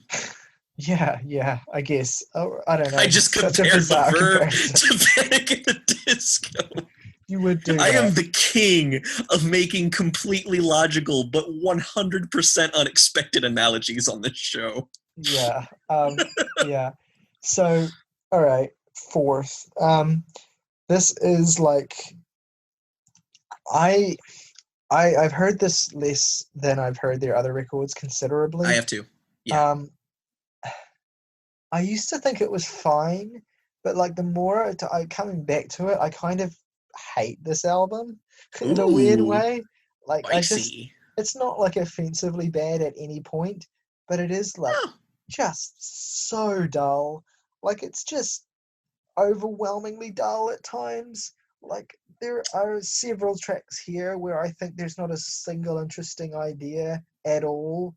And it's like one of those records that, because for me, I've always been the kind of person who hates bland bad albums more than like offensively bad albums. No, that's you are not alone in that camp. And like the thing I said yesterday in one of the group chats that speaks to this is the fact that I think that Taylor Swift's Lover is a worse album than Reputation.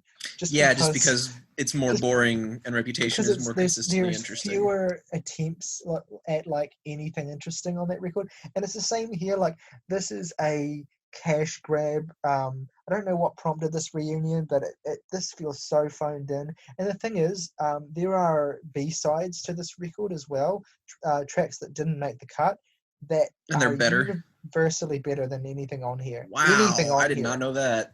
Yeah, I didn't know that either until recently, and I discovered it through a a review that someone wrote on Rate Your Music. Apparently, and then I checked them out, and actually they're still not as good as anything from their earlier time, but they're more they're less Ashcroft focused and more kind of guitar focused, I think. And this is the thing, like this, like I said, it just feels like an Ashcroft solo record where the Verve are just playing over top of it, and his lyrics are so bad here. Like, yeah, that is my main complaint, is that, like, again, lyrics never been their strong point. But considering I've only heard this album twice, so my thoughts on it are very subject to change, and yeah, sure. have not like been able to mull over like yours have. So I am definitely not as cold on it as you are. That being said, the songwriting stepped down from Urban Hymns, which I re-listened to Urban Hymns right before I heard this for the first time. The discrepancy in quality there, which Urban Hymns arguably is one of their better written ones. This is just like, this is mind-numbing. It's like, truly, you have to ignore some of these lines to enjoy the songs. They're bad. The thing it reminds me of is like John Anderson and Yes, like that in the early 70s. Yes were such a compelling band instrumentally that you could overlook the fact that what John Anderson was singing was basically nonsense. Although sometimes he wrote quite poetically in a way I liked, like on records like Close to the Edge is quite a beautiful record lyrically. But in the late 70s and then onwards, his lyricism just became like total, like on the record Tour Motto specifically. This is the Verve's Tour Motto. Like that's an absolute disaster of a record that sounds awful. The lyrics are like really like ponderous, vaguely philosophical nonsense. Empty platitudes that are all over this album as well.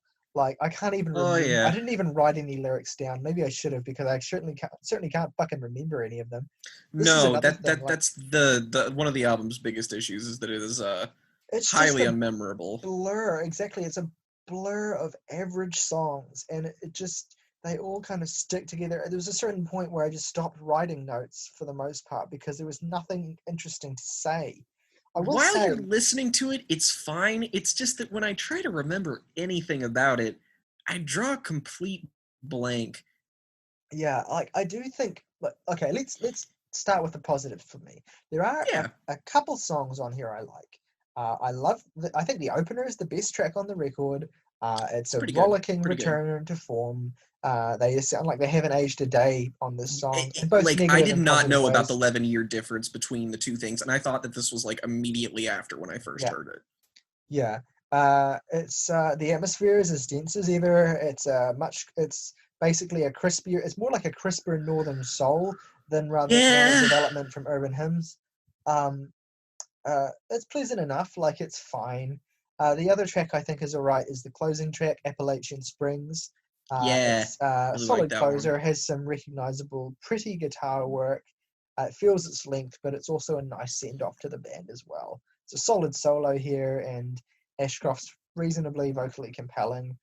The record's big single, Lover's Noise, is kind of a shrug, honestly, if you compare it to the singles from the last record. It's this is their like comeback statement, this song, and the lyricism is meaningless. The guitar is no bittersweet really symphony. The guitar hook is annoying, but I mean, at least it's kind of structurally sort of compelling. Like it's a bit catchy, I suppose. And basically that's where also Valium Skies I like as well. That's it's a shorter track. It sounds quite sweet. And it's nice, brief, 4.5 minutes. I think that's okay. It also benefits by being surrounded by the two worst songs on the album. Yes, and that's basically where my really do not like a lot of this. That's basically where my positive statements about this record completely end. From Rather Be to Noise Epic, this is unbearable to listen to for me. Noise Epic is the worst song they've ever recorded. Hand to God, it is quite bad. Yeah, it's basically like they're trying to do another Brainstorm interlude or like one of those tracks on Northern Soul. Yeah, and I'm not a huge fan of those to begin with, but good God, do I not like the B- version of this at all. It has a bit more drive to it, I will say, than the tracks before it. And there's a propulsive outro as well, which is, something, I guess. It has a bit of a heartbeat. And there's this really, like, hilariously bad thing in the outro where Richard Ashcroft basically just rips a lyric from Joy Division's Disorder. He says, oh God. he's like, Oh, I I've got didn't the even think spirit, of that. I've got the spirit, and I've got the feeling. I've got the spirit, I've got the feeling. That line's basically just straight from Disorder, and it's really funny how dumb that is. And then the Columbo as well is just an endless nonsense track that just is nothing. I don't even have any notes on that song because I don't remember it. I See Houses is just dull, plodding, middle of the road. Like this is Horribly all written. there's not a single interesting idea on the song. It's just, there's piano on it. That's the only thing that's different about it from the other tracks on the record. It's nice, but there's a track on here called Numbness, which is a great title because this is actually maybe my least favorite song on the record. Because it's 6.5 minutes of nothing, of the band warming up, tuning their guitars, basically. It's barely a song. It's like an absent-minded jam that's basically being performed while they're all asleep. It's like that one music person who, like when Radiohead was tuning their guitars and they thought it was a new song. Yeah, that meme. They were just like, oh, it was Transcendent. That's the song. Yeah. And and then there's this vaguely gospel spiritual bullshit of the songs Rather Be and Judas.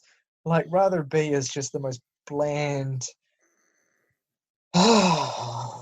Judas is an annoying song. Like the album's biggest problem for me is that it's mostly background music. Like I wouldn't even say I really dislike this album. It's just filled with easily their weakest material overall. And honestly, I don't really see myself warming to it that much. But Judas in particular is quite an annoying song. I just remember listening to this yesterday and then just like stopping and dead in my tracks at work a couple times, going like, "What? Why? What?" It's just lyrically, it is the most vapid, platitude-filled nonsense, and I'm just like, okay, you risked sounding condescending on stuff like The Drugs Don't Work, but you managed to make it feel personal. This is not that. I did not pay to hear fucking our lead singer here talk about how he found Jesus and like all of this vague nonsense, and I'm just like, please continue. I would like to not be listening to this anymore. Yeah, and the thing is, the record just doesn't make like a good argument for why it should exist for me. No, like it doesn't add anything. Like the previous 3 records, there's a progression there. Even a Northern Soul, like, which I know sounds fairly like, I know lots of people don't really care for as much, but I think that I love that record, and I appreciate the way that it's a progression of an expansion of the Storm in Heaven sound. And then Urban Hymns is a totally new direction, and then they broke up clearly because either there were in-band tensions, or they just weren't sure whether they could take the band in a new direction that they found interesting. And that was probably the right decision. And then to reform and just release something that's such a shrub, it's a real shame. It's really just it is an album that is a lesser version of Urban Hymns in its sound. Like that is all like it has going for it. They're trying to go back into the studio and rekindle that energy and try and see if they can find a spark that and it's like it clearly came from the fact that like Urban Hymns was not really something that I feel like the band was building to. It was really more that music as a whole was being pushed in that direction. And trying to recapture that is a bad idea. So why they didn't return to their older A Storm in Heaven-ish sound is beyond me.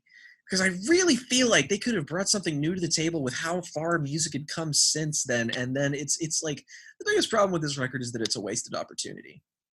Yeah, definitely. you can tell that the everyone in the band, obviously they haven't lost any of their talent.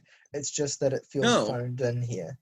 And it's a real shame because there was a potential for this to be great, and I just have it's gone like every time I come back to this record, it's not, I haven't come back to it a lot, to be fair, but it just feels colder each time I listen to it. It just feels more embarrassing to listen to, and it's a real shame to end on such a sour note, I think.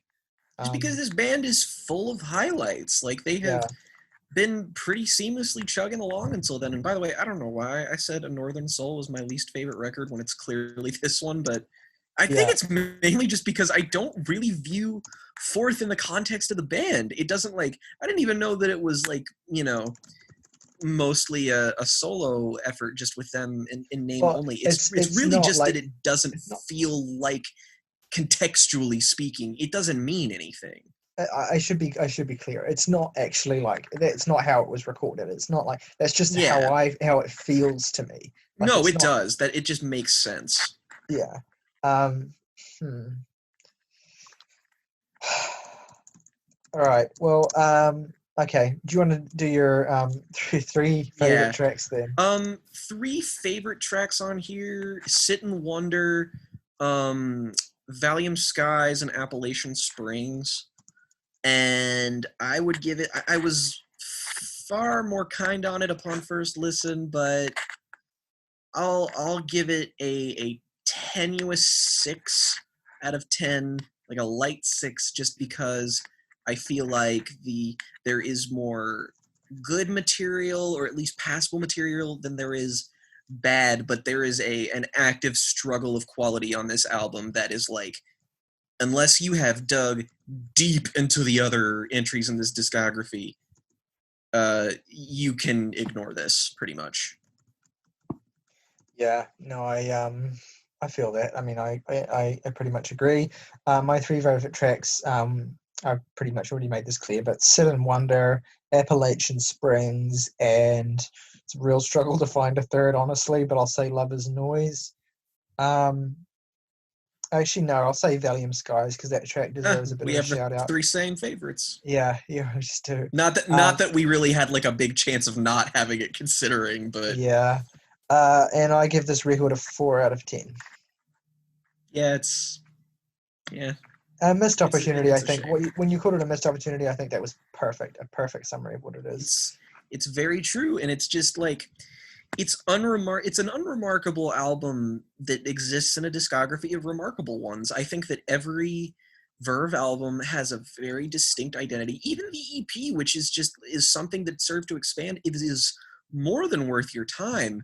And it's like, when you have such definitive entries in a discography like this, and then you just sort of end it with such a whimper, it's a shame. It's like, it's a footnote. Like, I just wish they had more material to recommend to people that they could have explored a bit further, just because they really did explore extremes of their sound only. And I wish they were given more time to have middle ground for what they were doing, because I feel like they could do it without treading water. Yeah. Okay. So how would you feel about doing a top 10 tracks to close this out? Let's do a top 10 tracks and then our overall ranking of the discography, and then we can clean this up.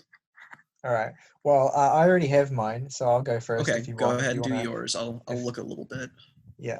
Okay, so my top 10 tracks. Okay, number 10 is Reprise from A Northern Soul. Number 9 is Slide Away from A Storm in Heaven. Number 8 is On Your Own from Northern Soul. Number 7 is Stormy Clouds from Northern Soul. Number 6 is Gravity Grave from the Verve EP. Number 5 is Virtual World. Number 4 is Beautiful Mind. Number 3 is A Northern Soul title track. Number 2 is Butterfly, and number 1 is Already There. And I'm just realizing as I read that I didn't even include anything from Urban Hymns, which is a shame. I mean, look, it's not like it's for lack of good material. It's just no, exactly. Got a lot of good stuff here.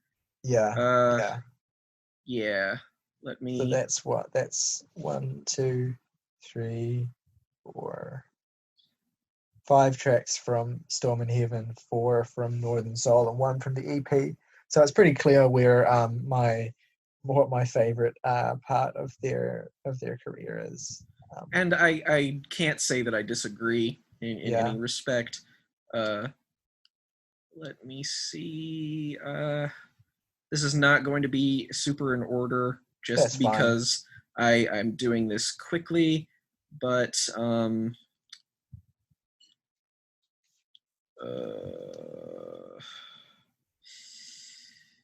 really could just list the track list of A Storm in Heaven and try to get away with it, but I won't do that.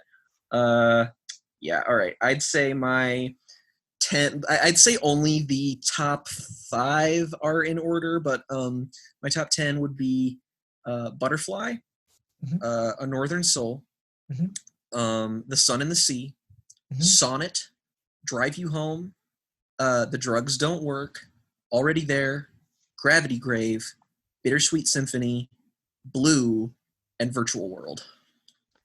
Nice. Awesome. Very good list. Very good list. Yeah. And do you want to do your album ranking? Yeah. I'm first place is handily A Storm in Heaven. Second place, I'd put the Verve EP. Third, I'd put Urban Hymns. Fourth, A Northern Soul, and fifth, Fourth. That's weird to say. Yeah. Well, I mean, this is another thing. It's funny that they called that record Fourth, because if you just count the EP, if you call the EP an EP and you just say they have 4 albums, then it's like, but even they're acknowledging that this is the fourth best. It's okay. They're like, yeah, this is our 4th best record. But yeah, okay. So my ranking is somewhat similar. Storm in Heaven first, obviously. Then I would actually put Northern Soul above the Verve EP. Then the Verve EP in third. Then Urban Hymns in fourth, and then fourth and fifth. My favorite Genesis song, fourth and fifth. Okay, and yeah, that's pretty much it. Go listen to this very underappreciated band. They deserve it. Definitely, they do. And they've got something for everybody, really. I mean, like, they don't have a lot of entries, but I feel like you will at least end up liking one of their albums quite strongly. Yeah, and basically the takeaway from this podcast is go and fucking listen to A Storm in Heaven if you haven't. Really. Like, you at least owe yourself that. It is not a long album either. You will not regret it. Yeah, definitely. So that has been this B-Sides episode, and we will be recording our next episode later in the week. Yeah, we'll be doing another normal episode later in the week, which we're going to be reviewing Black Dresses and Run the Jewels, as well as Farrah Abraham's. Farrah Abraham's My Teenage Dream Ended. Yeah, which Morgan has just started listening to, and his reaction is everything I could have hoped for and more. Oh god, that's going to be an absolute shitstorm. I can't wait. That's funny you say shitstorm. I just listened to Alien by Strapping Young Lad. That's one of the best songs on that album. It is. And then I think next week, if we stick to schedule as well, we'll be doing another B-Sides on Everything. So one of excited. My top 5 favorite bands of all time. So I look forward to doing that. Catch you all then. Take me to the distant past. I want to go back.